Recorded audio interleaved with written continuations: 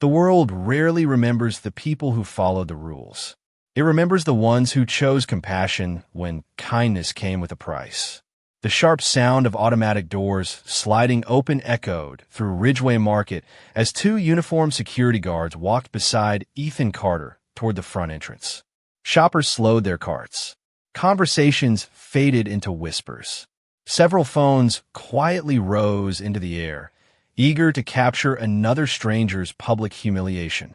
Ethan kept his eyes forward, refusing to give anger the satisfaction of becoming a spectacle. His worn navy shirt was still neatly tucked in despite the chaos surrounding him, and the employee badge he had proudly worn for 6 years had already been removed from his chest.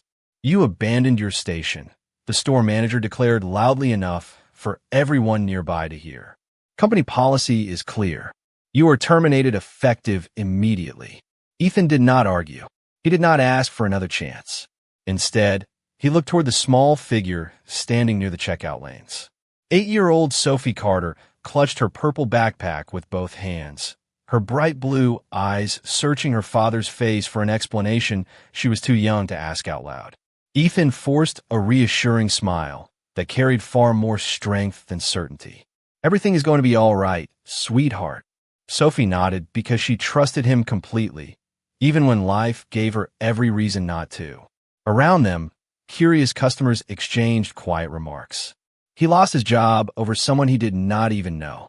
Nobody throws away a paycheck like that, especially not a single father. Ethan heard every sentence. He answered none of them. Outside, cool October air swept across the parking lot, while golden maple leaves danced along the pavement beneath dark clouds gathering before an afternoon rain. The ambulance was already gone. The woman he had carried through those same automatic doors only minutes earlier had disappeared with the emergency medical team. He did not know her name. He did not know where she came from. All he knew was that she had collapsed beside the shopping carts while pregnant, frightened, and surrounded by people too, busy to stop. When everyone else hesitated, Ethan had simply reacted. He removed his own jacket, supported her carefully, called for help, and stayed beside her until she was safely inside the ambulance. Only afterward did he discover that doing the right thing had cost him the job, keeping a roof over his daughter's head. Sophie quietly slipped her small hand into his as they walked toward the old pickup truck parked near the far end of the lot. "Dad," she asked softly, "did you do something bad?" Ethan stopped walking and knelt beside her. The wind gently moved a loose strand of her blonde hair across her face as he tucked it behind her ear. "No," he answered with calm certainty. "Sometimes doing the right thing makes life harder before it makes it better." Sophie studied him for a moment, then smiled the simple smile only children can give. "Mom used to say that too." Ethan felt the familiar ache of missing his late wife, Hannah, but he smiled anyway. She was a very smart woman.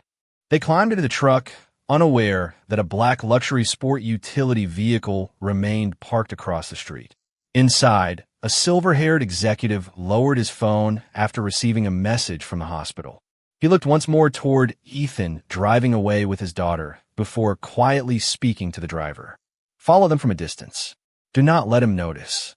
Miles away, inside a private hospital suite overlooking downtown Columbus, the pregnant woman slowly opened her eyes. She rested one trembling hand over her unborn child before asking the first question that would quietly change every life connected to this ordinary autumn afternoon. "Has anyone found a man who gave up everything to save a complete stranger?" The old pickup truck rolled quietly through the tree-lined streets of Columbus as scattered autumn leaves drifted across the windshield like gentle reminders that every season eventually gives way to another. Ethan Carter kept one hand on the steering wheel while the other rested lightly beside the paper grocery bag sitting between him and Sophie. The silence inside the truck was not uncomfortable. It was familiar, ever since Hannah had passed away 3 years. Earlier, father and daughter had learned that love did not always need words to be understood. Sophie looked out the passenger window before finally breaking the silence. "Does this mean you do not work at the store anymore?"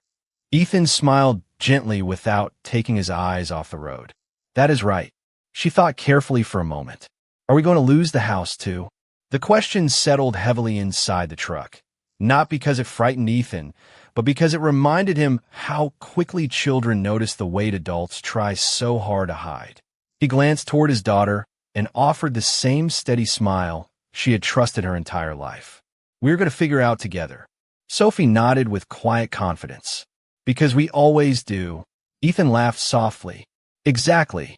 Their small rented duplex stood near the end of a peaceful suburban street where bicycles rested on front lawns and neighbors still greeted one another by name.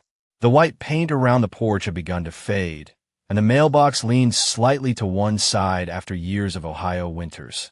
Yet to Ethan it remained the safest place in the world because it held every memory he refused to lose.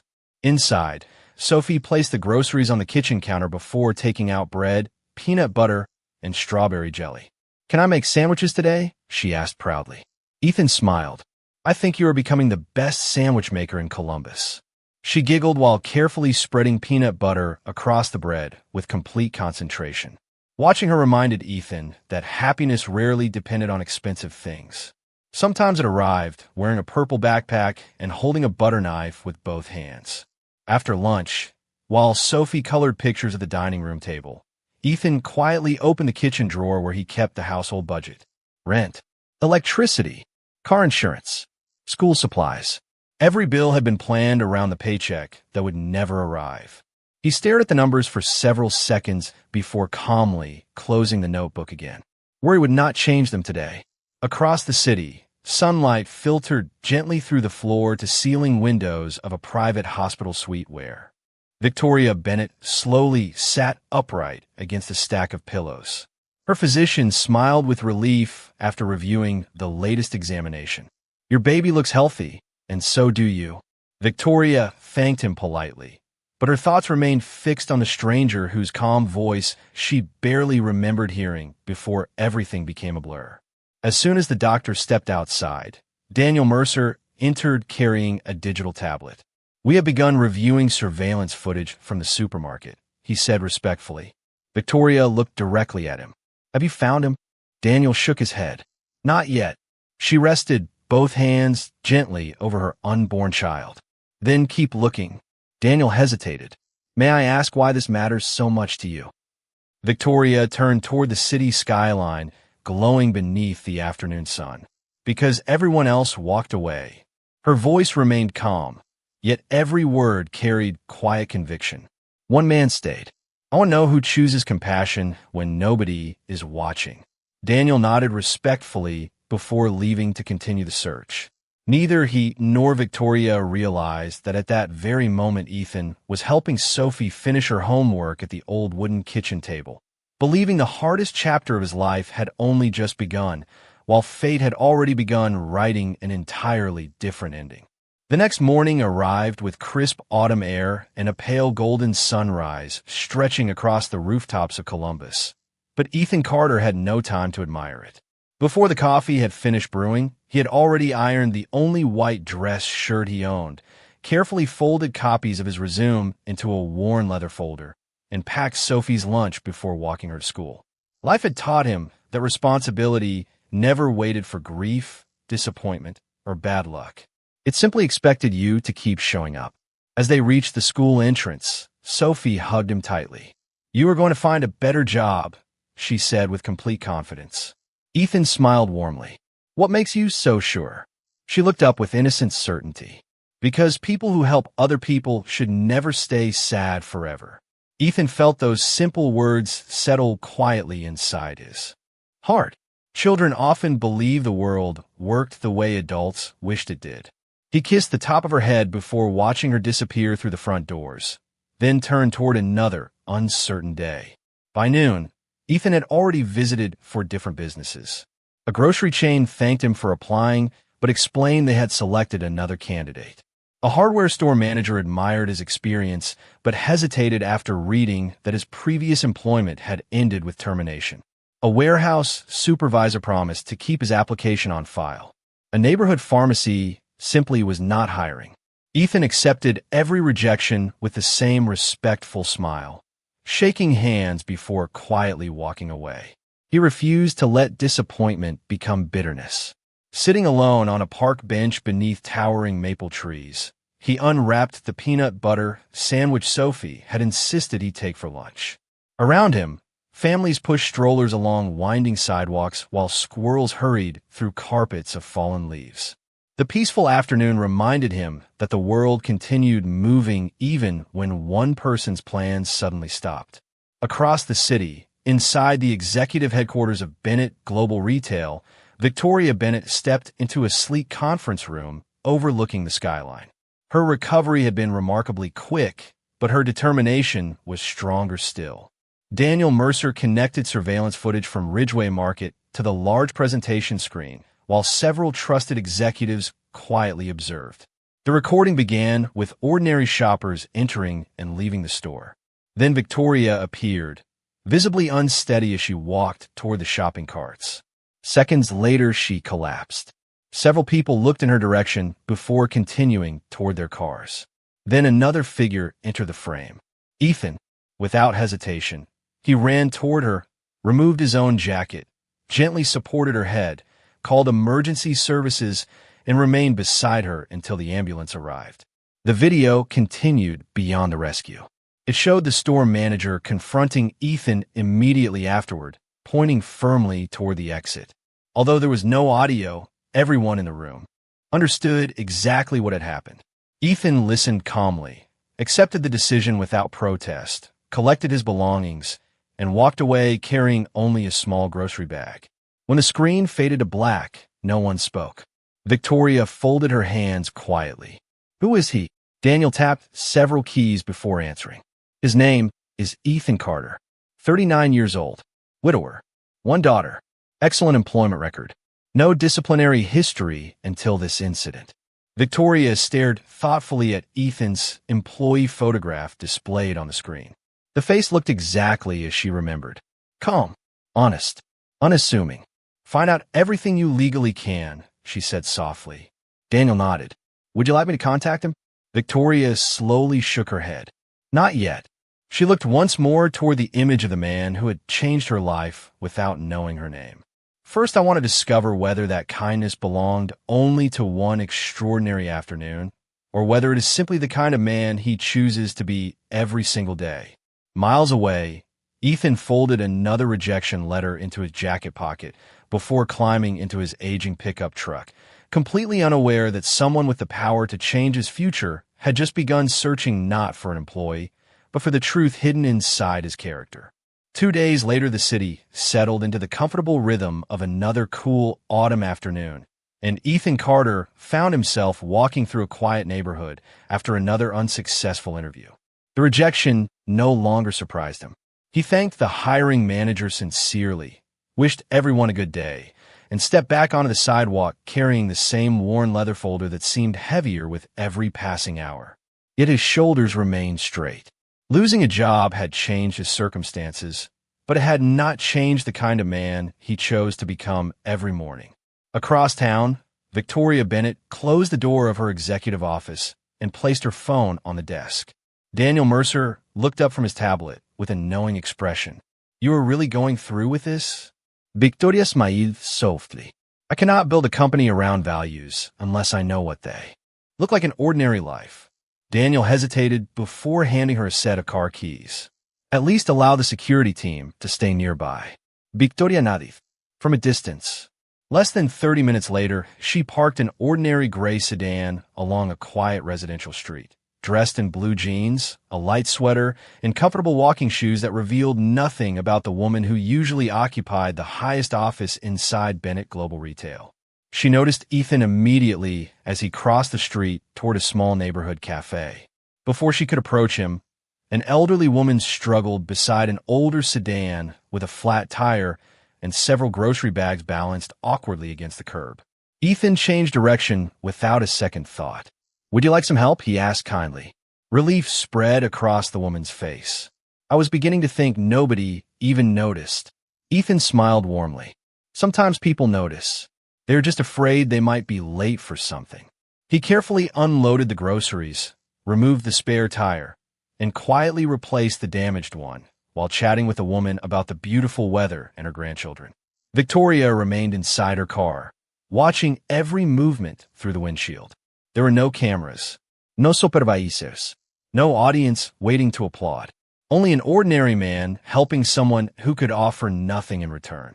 When the work was finished, the grateful woman reached into her purse and offered Ethan a folded $50 bill. He immediately shook his head. "Please keep it," she insisted. "Young man, you deserve this." Ethan smiled again, the same calm smile Victoria remembered from the supermarket parking lot. "If I needed money more than you needed help, I probably would have walked right past you." The elderly woman laughed gently before hugging him with grateful tears in her eyes. As Ethan walked away, Victoria lowered her gaze for a moment. During years of corporate negotiations, she had met countless people who spoke passionately about ethics whenever investors were listening. Yet the man disappearing down the sidewalk had quietly demonstrated integrity when nobody important appeared to be watching. The following afternoon, she arranged another chance encounter. This time, she carried an old wooden rocking chair into the community center where Ethan volunteered repairing donated furniture every Friday. He looked up from tightening the loose leg of a classroom desk and greeted her with the same welcoming smile he offered everyone else. "Good afternoon. What can I help you with today?" Victoria placed the chair beside him. "Someone told me you might know how to fix this." Ethan examined the damaged leg before nodding confidently. "I think we can give it another few years." He spent nearly 20 minutes carefully repairing the chair, sanding rough edges and checking each joint until it felt perfectly stable again. When Victoria asked how much she owed him, Ethan simply wiped the sawdust from his hands and answered, "Nothing at all.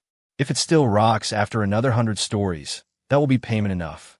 Victoria thanked him quietly, but as she carried the chair back toward her car, one thought continued echoing inside her mind. She was no longer searching for proof that Ethan Carter had done one extraordinary thing. She was discovering that extraordinary kindness was simply the ordinary way he lived. 6 days after losing his job, Saturday morning painted Columbus in brilliant shades of amber and gold as families gathered beneath rows of colorful tents at the neighborhood farmers market. Fresh apples, pumpkins, homemade bread, and wildflowers filled the narrow walkways with the comforting scent of autumn. And for the first time all week, Ethan Carter allowed himself to forget the stack of unpaid bills waiting at home. Sophie skipped happily from one stand to another, carefully comparing the sizes of bright orange pumpkins before finally choosing the smallest one because, as she explained, it looked lonely. Ethan laughed softly and handed the farmer a few dollars. "That sounds exactly like something your mother would have said." Sophie hugged the pumpkin proudly as they continued walking together.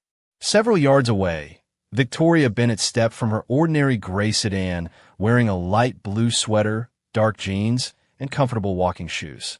A simple baseball cap shaded her face, making her almost impossible to recognize as the woman whose photograph regularly appeared in business magazines across the country. Daniel Mercer had reluctantly agreed to stay several blocks away after reminding her that she was still recovering. Victoria simply smiled and promised not to wander far. She spotted Ethan almost immediately, though he never noticed her. Before deciding whether to approach him, she deliberately purchased a paper bag filled with fresh apples from a nearby stand. As she turned toward the walkway, the bottom corner of the bag gave way, allowing bright red apples to tumble across the brick path in every direction. Before anyone else reacted, Sophie rushed forward with delighted enthusiasm. "Do not worry," she called cheerfully. "We will get them." Ethan knelt beside his daughter, gathering the apples one by one, while smiling politely at the unfamiliar woman. "Looks like they wanted to go exploring." Victoria laughed gently. Apparently, they enjoy freedom. Within moments, every apple had been returned to the bag. Victoria looked at Ethan with genuine gratitude. "Thank you. I seem to keep running into kind strangers lately." Ethan shrugged modestly. "Maybe they are not as rare as people think." Sophie looked up at Victoria with curious blue eyes. "Dad says helping people is just another way of saying hello." Victoria smiled warmly. "Your father sounds very wise." Sophie grinned proudly. "He is." Victoria hesitated before asking, "May I thank both of you with hot chocolate?" Ethan instinctively started to decline, but Sophie looked at him hopefully. Please. He laughed quietly. I suppose I've already lost that vote. They found a small outdoor cafe beneath a towering maple tree whose golden leaves drifted lazily through the afternoon sunlight. Steam rose gently from 3 cups, while the peaceful sounds of weekend conversations filled the air. Victoria listened as Sophie happily described school, her favorite books, and her dream of becoming a veterinarian because animals could not explain what hurt. Ethan watched his daughter with quiet pride, occasionally adding small details that made her laugh. It had been a long time since Victoria had witnessed a conversation untouched by business, ambition, or hidden motives. Then Sophie suddenly became thoughtful. Sometimes I still miss my mom every day, she admitted softly. Ethan reached across the table and squeezed her hand without saying anything. Sophie smiled through the memory before looking toward Victoria. Dad tells me love never disappears. It just finds another place to live. Victoria felt her heart grow unexpectedly still. She had spent years leading thousands of employees, negotiating billion-dollar agreements, and making decisions that affected entire industries.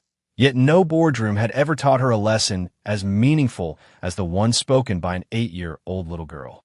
As they stood to leave, Ethan thanked Victoria for the hot chocolate, never suspecting she had arranged the meeting from the very beginning. Victoria watched father and daughter disappear into the colorful crowd, realizing that she was no longer searching for the man who had saved her life.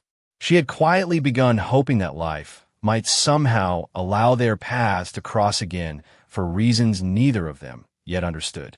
Monday morning arrived beneath clear blue skies, and the glass towers of Bennett Global reflected the first light of the new week across downtown Columbus. Inside the executive headquarters, assistants moved quickly through polished hallways carrying tablets, financial reports, and meeting schedules, yet Victoria Bennett walked through the building more slowly than usual. Ever since the afternoon at the farmer's market, her thoughts had remained fixed not on quarterly earnings or acquisition strategies, but on a little girl who believed kindness was simply another way of saying hello. She stepped into her office, set a leather notebook on her desk, and looked through the floor-to-ceiling windows overlooking the city waking beneath her. Daniel Mercer entered a moment later, carrying the agenda for the upcoming executive board meeting. Everything is ready for Wednesday, he said.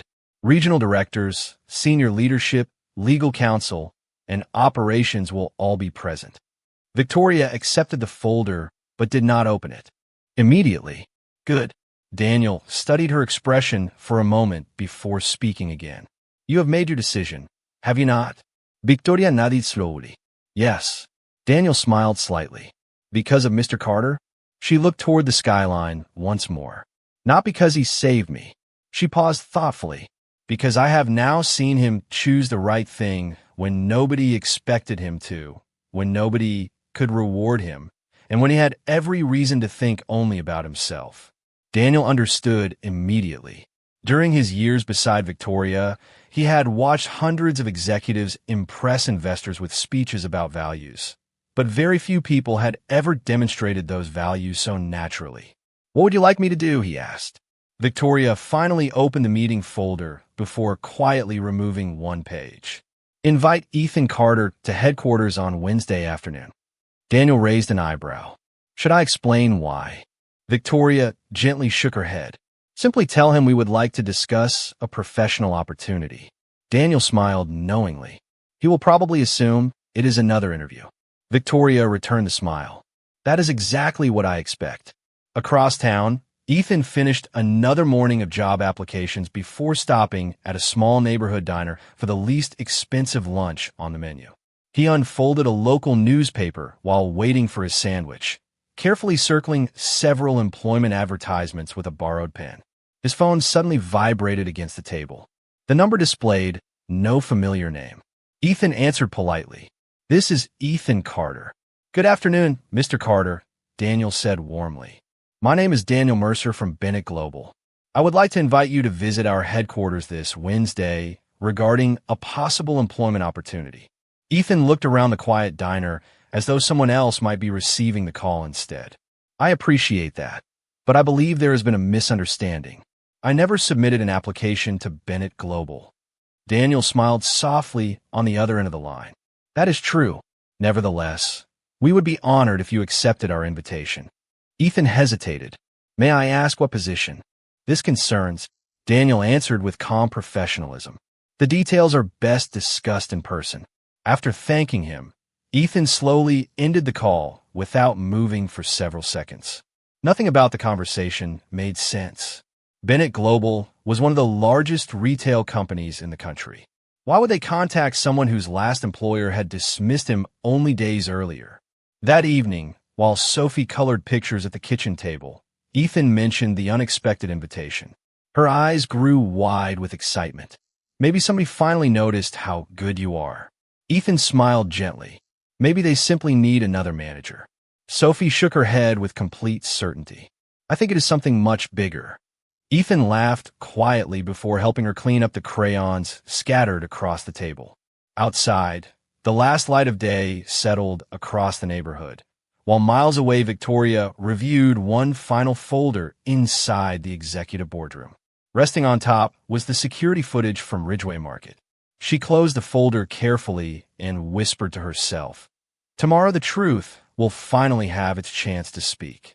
Wednesday afternoon arrived with brilliant sunshine reflecting across the glass walls of Bennett Global headquarters as Ethan Carter parked his aging pickup truck between rows of polished luxury vehicles worth more than he had earned in several years. He stepped out wearing his carefully pressed white shirt beneath a navy blazer, taking one slow breath before walking toward the towering entrance.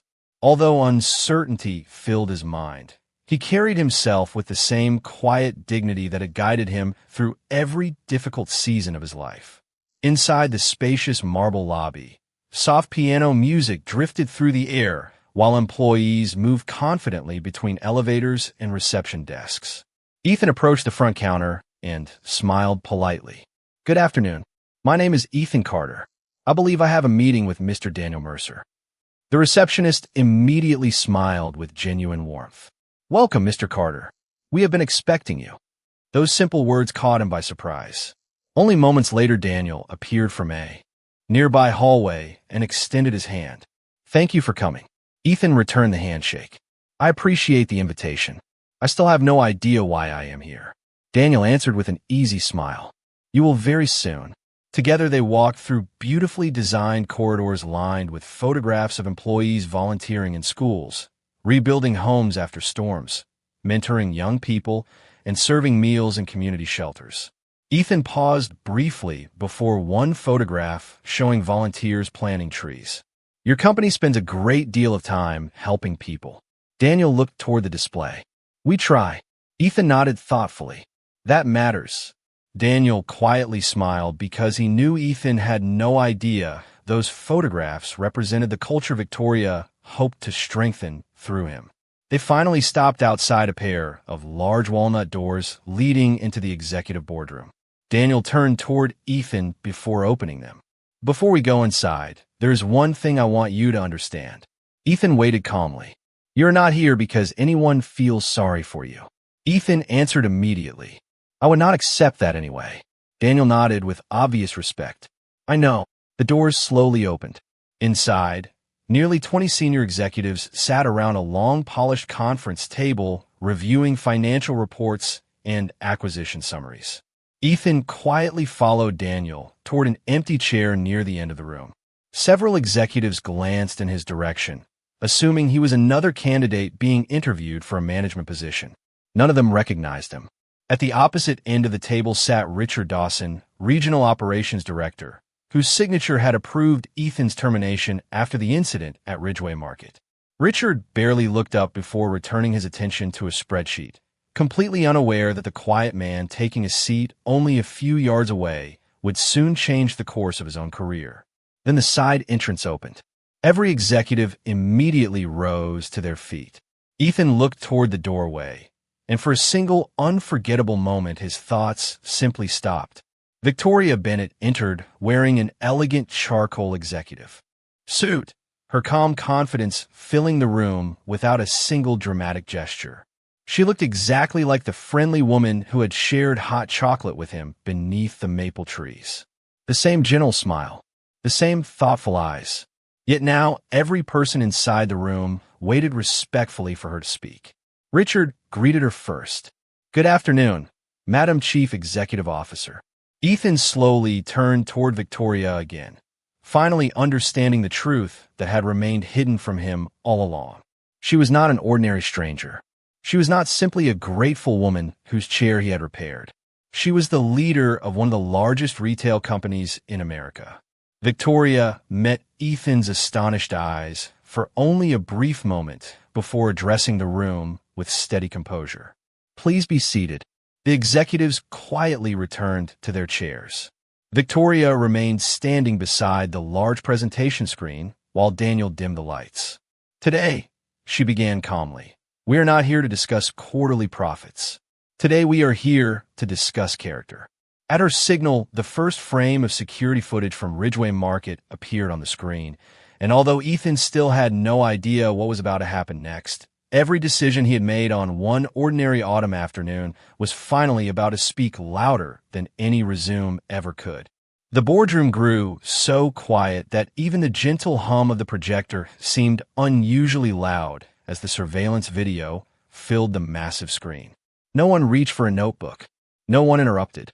Every executive watched in complete silence while ordinary moments unfolded before them. The footage showed the busy supermarket parking lot on a crowded afternoon. Customers pushed shopping carts toward their vehicles without noticing much beyond their own schedules. Then Victoria Bennett appeared, walking carefully across the pavement before suddenly losing her balance. Several shoppers paused for only a brief moment before continuing on their way. A cashier glanced through the front windows without moving. The store manager remained focused on directing employees back toward the checkout lanes. Then Ethan Carter entered the frame. Without waiting for instructions or permission, he immediately ran toward the fallen woman, removed his own jacket, gently supported her, spoke calmly to emergency dispatchers over his phone, and remained beside her until the ambulance arrived. The recording continued. Moments after the ambulance doors closed, the store manager approached Ethan with obvious frustration. Although the security cameras recorded no sound, every person inside the boardroom understood what happened next. The manager pointed toward the entrance while Ethan listened quietly. He never argued. He never raised his voice.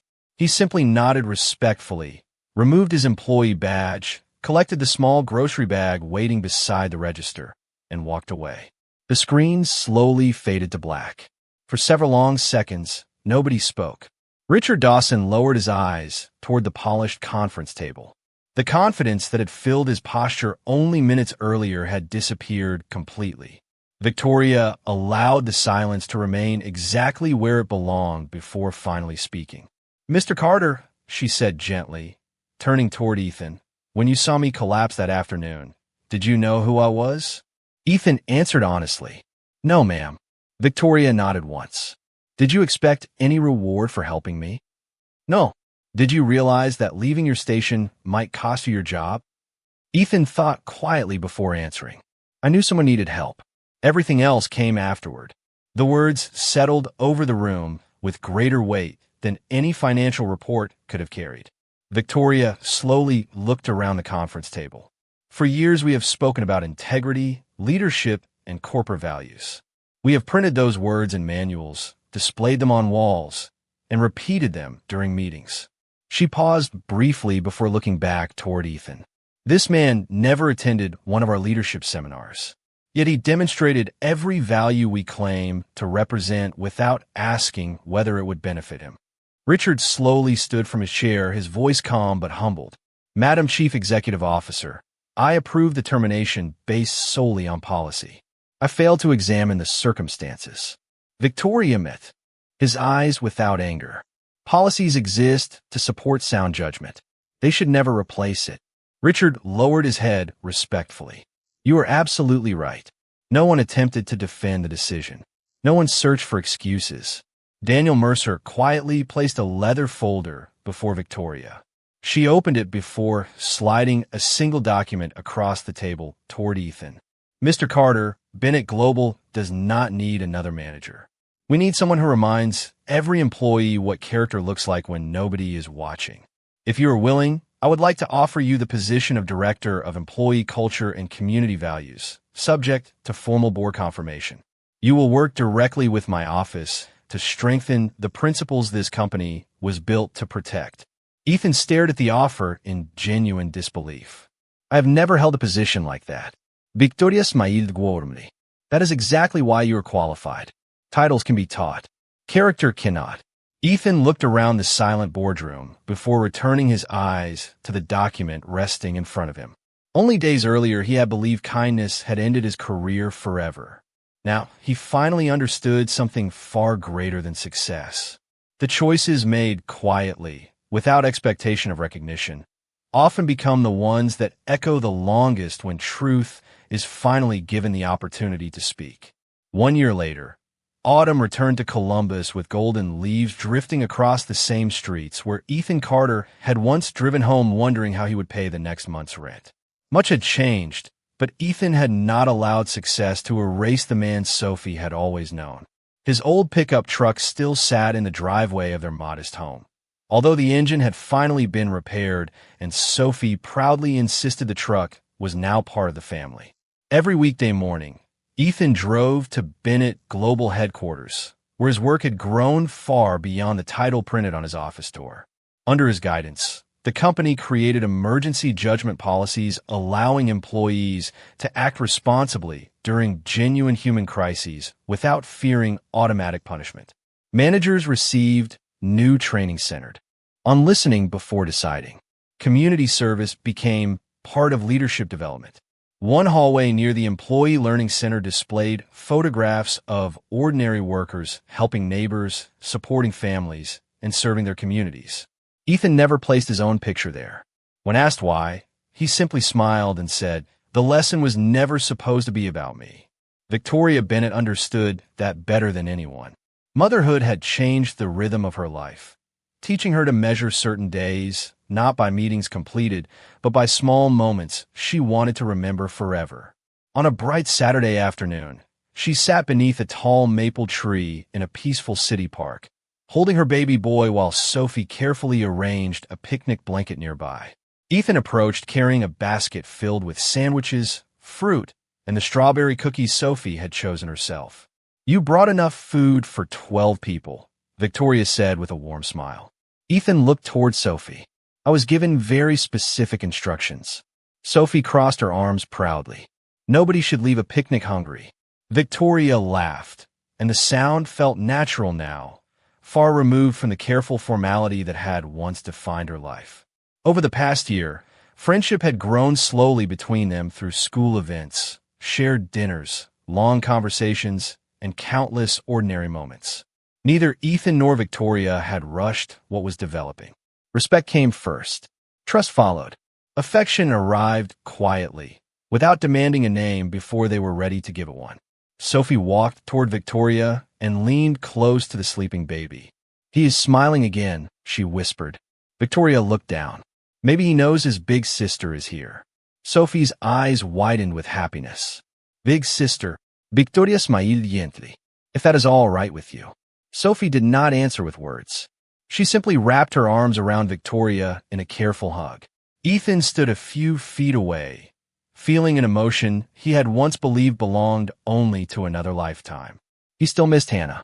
He always would. Love had never required him to erase the past in order to accept a future. Victoria understood that, and perhaps that was why being near her felt less like replacing something lost and more like discovering that the heart could build another room without closing the first.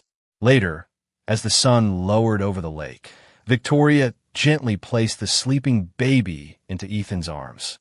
Sophie slipped her hand into Victoria's, and together they watched the orange light spread across the water. No boardroom applaudit. No cameras recorded the moment. No one knew that a billionaire chief executive officer stood beside a former grocery store manager whose life had once been reduced to a termination notice. In that peaceful silence, titles meant nothing. Wealth meant nothing. There was only a father, a woman who had learned to trust again, 2 children surrounded by care and the grace of a second chance none of them had planned. Ethan looked down at the sleeping child and smiled. A year earlier, he had believed one compassionate decision had cost him everything. Now he understood the truth.